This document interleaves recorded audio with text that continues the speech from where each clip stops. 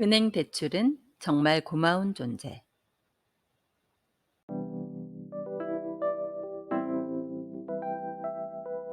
금융권 대출은 결과적으로 재산을 증식해준다. 많은 부를 가지고 있는 사람들의 경우 본인의 자금만으로 부를 축적하지 않는다. 그 돈을 가지고 수익을 극대화하는 데 초점을 두고 재테크를 한다. 부자는 더욱 부자가 되고 가난한 사람은 그 가난에서 벗어나지 못하는 이유가 여기에 있다. 예를 들어 주변 지인이 누군가에게 집을 사려고 1억 원을 빌려달라고 하는데 연리 5% 이자를 주기로 했다고 하자. 금융권 이자보다 두세 배 높은 수준의 이자를 준다고 하니 여유가 있다면 마다할 이유가 없다. 흔쾌히 돈을 빌려주었고 1년 뒤 1억 원의 원금과 5% 이자인 500만 원을 돌려받았다. 돈을 빌려준 사람 입장에서 안전하게 원금을 되돌려 받았고 높은 금리의 이자를 받았으니 기분 좋은 일이다.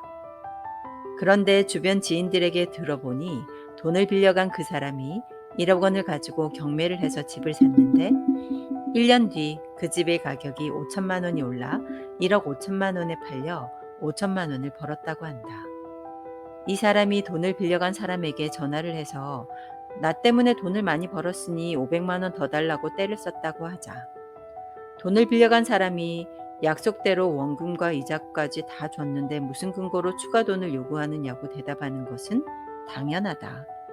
언성을 높여봐야 소용없는 짓이다. 이런 일로 민사소송을 벌였다고 해도 돈을 빌려준 사람이 승소할 확률은 없다.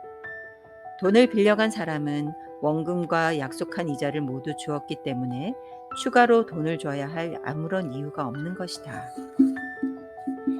사람이란 사촌이 땅을 사서 돈을 벌면 배가 아프듯이 내 돈을 가지고 누군가 높은 수익을 얻었다면 이성적인 행동에서 벗어나 감성적인 행동을 하려는 경향을 보인다. 이 경우 생각을 잘 못하고 처신을 잘 못하면 사람을 잃고 돈도 잃는 꼴이 되기 십상이다.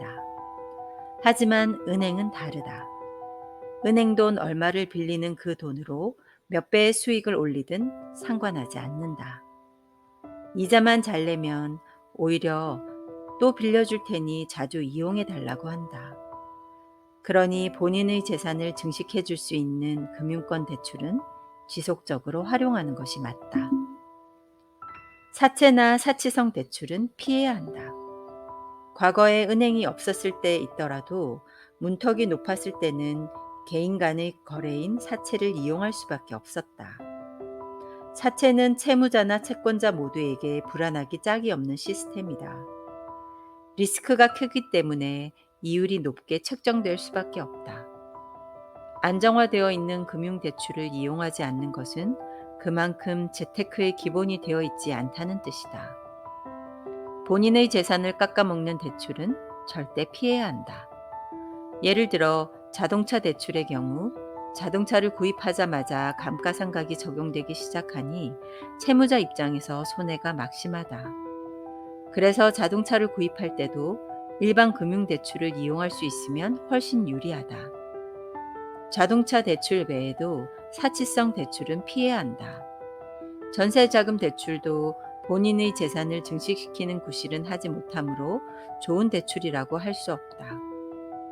대출을 통해 자금을 구할 경우는 그 자금으로 새로운 부를 창출할 수 있는 경우에 실행한다는 생각을 갖는 것이 좋다. 소모성 자금의 대출이라면 피해야 한다.